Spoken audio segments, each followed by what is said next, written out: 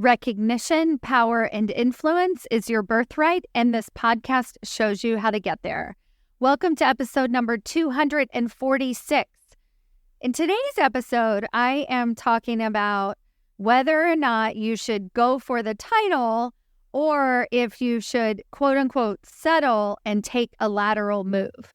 This is a question that comes up for my clients all the time when they're evaluating potential job opportunities and whether or not they should stick to their guns. And then oftentimes they feel like they're settling if they're making a lateral move, even if it's into a better organization with more upward mobility. And I love helping my clients work through this. And I have some things for you to consider and to start thinking about that as well as you're contemplating your next big move. All right, let's get started. Welcome to Women Changing Leadership. I am your host, Stacy Mayer, and I teach you how to get promoted, get paid, and bring your whole self to the leadership table. I am on a mission to change organizations from the C-suite out because women are the new face of leadership, and we are doing it on our terms. Hello, corporate badasses. Welcome to another episode of Women Changing Leadership. I am your host, Stacy Mayer, and super excited, as always, to be here with you again this week. So I had a slap in the face this past week, and I want to share that personal story with you as we get started in today's episode. It's a little off topic from today's episode, but I think it's an important reminder. So I was sending a series of emails to my school requesting some information from the teachers.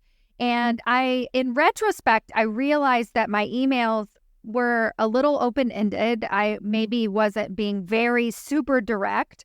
And I got a response back that wasn't the response that I wanted. You know, I thought I was being clear, and then they wrote me back with an opposite response.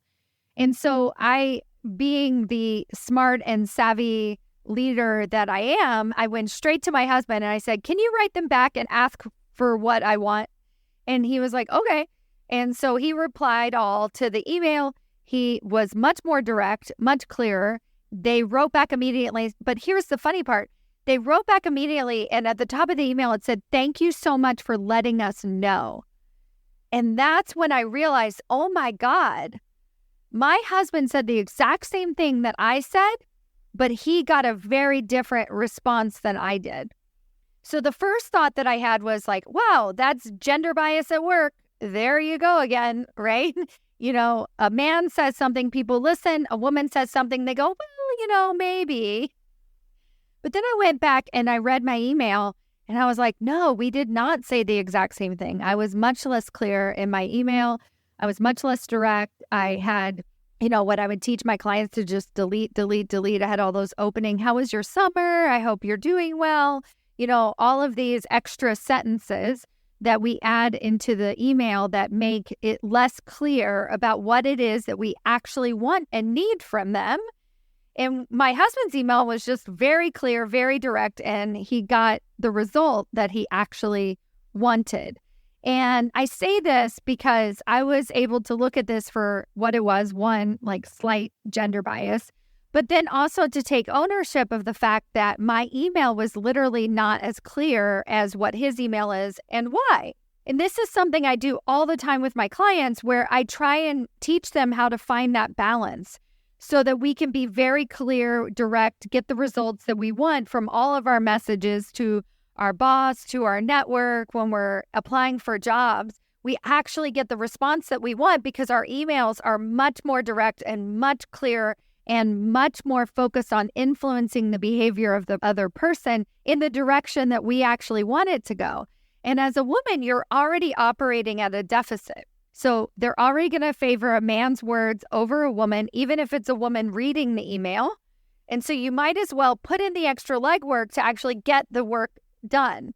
And, note to self, lesson learned, what I'm going to do next time, instead of having my husband write the email for me, I'm going to have him edit my email so that the words can actually come from me and not from him, because I don't want to just reiterate the fact that he's the one who comes in and demands things, and then I'm like the nice guy they can walk all over.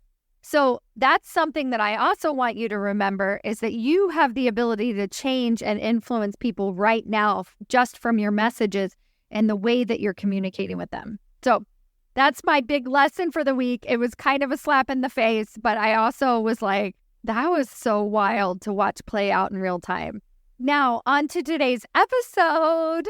I was having an incredible conversation with Christy Sarno as part of my Summer of Magic series, and she brought up a really wonderful point about titles and how a lot of the people, when she would say that she was looking for a CBO position for her next leadership role, that she would receive pushback from some people as being like, well, if that doesn't work out, you can always go for something smaller, like a lower level role. And she would feel very frustrated by this because she was like, not only am I qualified to be a CBO, why are they trying to, knock me down? And a lot of times these comments would come from other women. And this was something that she really had to work through. So much so that they would say to her that she was title hungry, that all she cared about was the title. And then she would feel a little bit defensive because that wasn't true. She cared about having a voice at the table, making an impact. And it just so happened to be that if she's in the C-suite, that becomes a heck of a lot easier. Go and listen to the LinkedIn interview. We will definitely link to it in the show notes. But in this interview, she describes how she was able to both go for the title that she deserved, that she was ready for, that she wanted to have, and also reset her expectations so that she didn't show up in these interviews as being, quote unquote, all she cared about is the title. And that's what I want to share with you in today's episode, because the other thing that can happen for a lot of women when we set our sights really high is that we can become very rigid. And this is like, I'm not telling you to set your sights lower, right? So this is not the same feedback. And what we also talked about in the interview is that a lot of times people, well-meaning people that are surrounding us, want to protect us.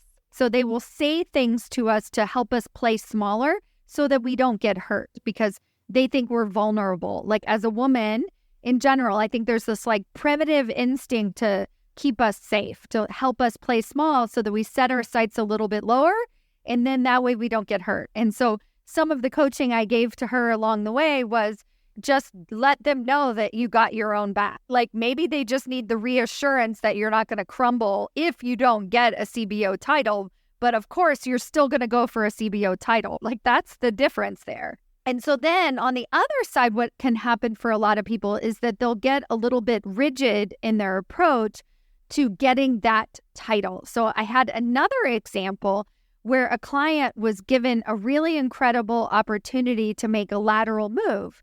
And she automatically declined it out of the gate, told me afterwards. She was like, yeah, I told him no, because there's no people management in the role. It's a lateral move. I'm not interested in it. I could do that role in my sleep. And I was like, what? Like, why did you do that? And she was like, well, I mean, we've been talking about going for a higher level title. Like, why wouldn't I just go for a higher level title? I'm like, well, yeah, but your way of saying no to this didn't even explore the opportunity. It was much too rigid. And one of the other things that's going on for my client is it will be a huge, enormous benefit for her to get out of her organization. This is a really big thing that you want to think about, is that if you're looking to leave your company, making a lateral move could be the best thing that ever happened to you. Because now, if you're listening to my podcast, if you work with me, if you've read my book, you know that we are always advocating for our promotion year round. So in the first 30, 60, 90 days of your new job, you are having professional development conversations. So this is not your average everyday lateral move. Any of my clients, if you're making a lateral move, you are making that move because it has a very specific and clear succession plan to the next level. Like you know exactly where you're going, and you're only making that lateral move because it gets you, one, out of where you're at, or it puts you into a better cultural fit a fit at an organization or in a specific group where you can grow. So these are two very different examples, but what I want you to really take away from it is titles matter. It's important for us to go for titles, to elevate our resume, to elevate the way we're communicating in conversations, and also let that go. Be willing to just say, you know what? This is different. This is a different situation. This works better for me because of these reasons. I've had a lot of women even already be in people leading roles, and then they'll make a lateral move into a new organization where they're no longer leading people. That doesn't mean that they aren't a leader. That doesn't mean that they don't want to lead people. But the opportunity that they're walking into is a better opportunity for them to grow and actually build a team eventually. Because people leading is just people leading. Sometimes you're just managing and shuffling around people. Like, this is not always leadership. And so you want to make sure that whatever moves that you're making, that you're taking everything into account. I want to give you a personal story about my own life, and I definitely think it applies to you. I'm just going to go there. So when I first decided to leave my job at the hedge fund, I didn't know exactly what was going to be next for me, except for that I wanted to be a coach. I wanted to be a facilitator, a teacher of some sort. I wanted to be like up on stage, like doing presentations, guiding people, like maybe in some sort of learning and development platform. And I was looking at a lot of organizations in the Bay Area and applying for jobs in the Bay Area to be a coach or a teacher at their organization. So these are companies like Dale Carnegie, where you get sort of like pushed out to do events and actual training and development events for Dale Carnegie, people who hire them to come into their organizations. And I was getting certifications like my MBTI, 5 dysfunctions of a team, so that I could get dropped into organizations and do these sort of cookie cutter presentation type formats. And I was not getting anywhere. I was not getting a job. I was basically seeking an opportunity to be a facilitator at these organizations because I actually thought it would be easier than starting my own business, coming up with my own process, coming up with my own material. You know, I think that was definitely my 3X vision at the time. You know, I was like, I knew for sure I was going to have my own workbooks and be doing my own trainings, but that felt so far removed. So that would be like my CBO title, that I knew that's what I wanted to do, but I didn't really know how I was going to get there. How could I get from having an executive coaching certification to like having a book and a full-blown company, right? With a podcast with 255 episodes. Like, that seemed impossible. And so instead I was applying at these sort of cookie cutter low-level jobs, and I wasn't getting them. And it sucked. I was so demotivated, and I was getting unemployment, and I was at home all the time, and I wasn't connecting with people. And I was very frustrated because I thought I was up-leveling myself. You know, I had left the hedge fund and like, I'm going to do something different and this is going to be great. But I was very fixated on what that was going to look like. And I remember going to bed one night and being like, you know what? I can't do this anymore. This is not the life that I want to be living. There has to be something different. I woke up the next morning and I had this thought that I needed to go backwards. So I decided to go back and offer services as a business manager. So this was much closer to the operations work that I had done at the hedge fund. And I was like, okay, that's not what I want to be doing. I want to be a coach, and I don't want to be doing spreadsheets, and I don't want to be organizing other people's lives. But I'm going to put this out there because not only am I going to make this quote unquote lateral move, but I'm going to do it differently.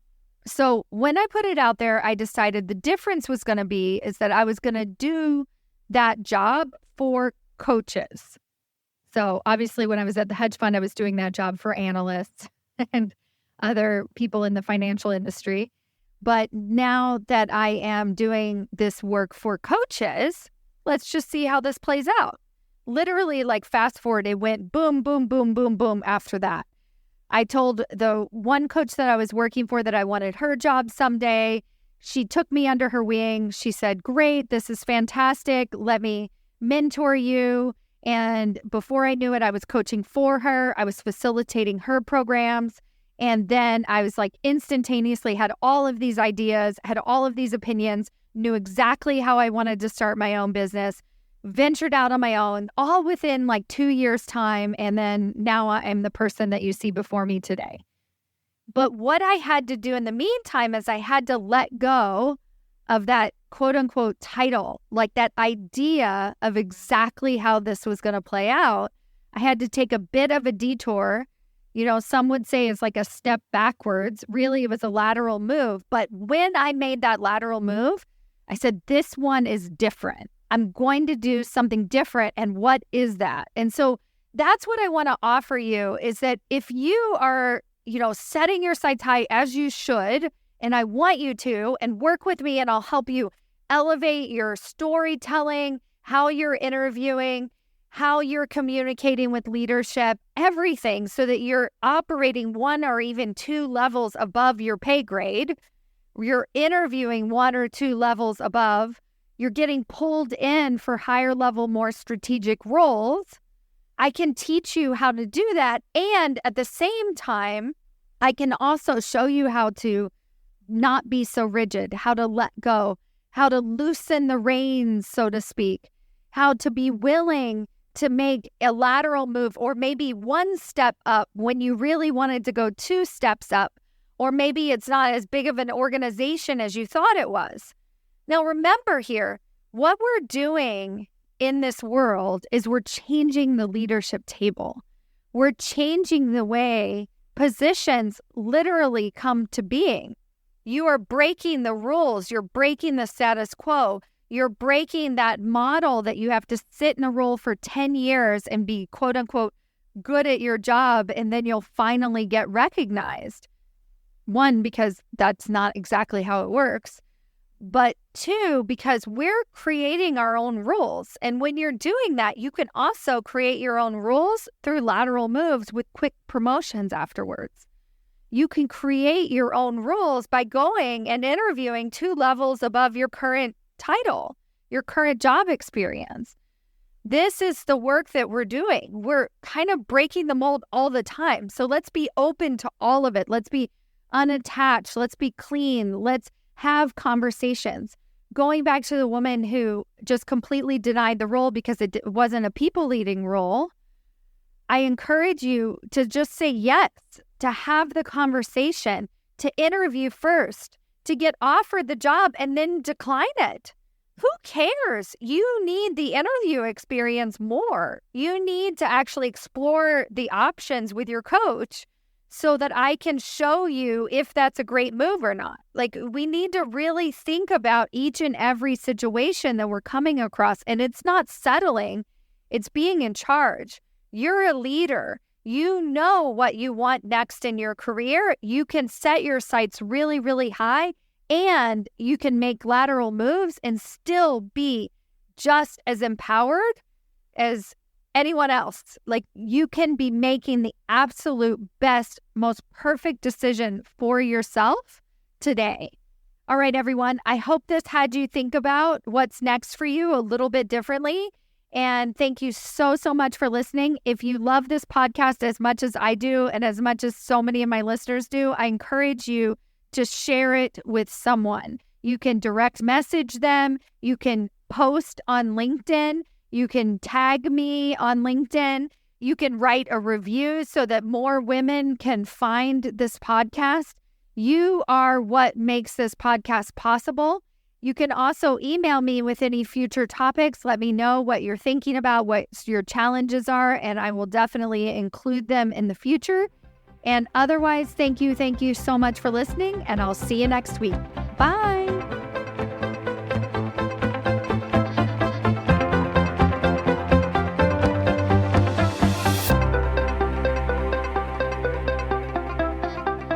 Before you go, I have a question for you. Do you know how close you are to your next promotion? Really? Not what your boss has told you, not what you even believe to be true, but have you actually taken the time to sit down, take an assessment, review the 5 categories that it takes to get promoted into senior executive leadership positions and decided where you fall in each category and given yourself a ranking on a scale of 1 to 10 of how close you are to getting your next promotion? Have you done this? Well, now's your chance. If that feels interesting to you and you're like, hey, I want to know exactly how close I might actually be or how far away you might be and what it's going to take to get you even closer, then I invite you to take my promotability quiz. This is a quiz that I put together with practical tips that actually tell you where you're lacking and where you're winning. What are the areas that you actually need to improve and not necessarily what your boss is telling you all the time so that you can take concrete steps towards landing that next promotion and changing the face of the leadership table. Go to yourpromotabilityscore.com to take your free assessment today.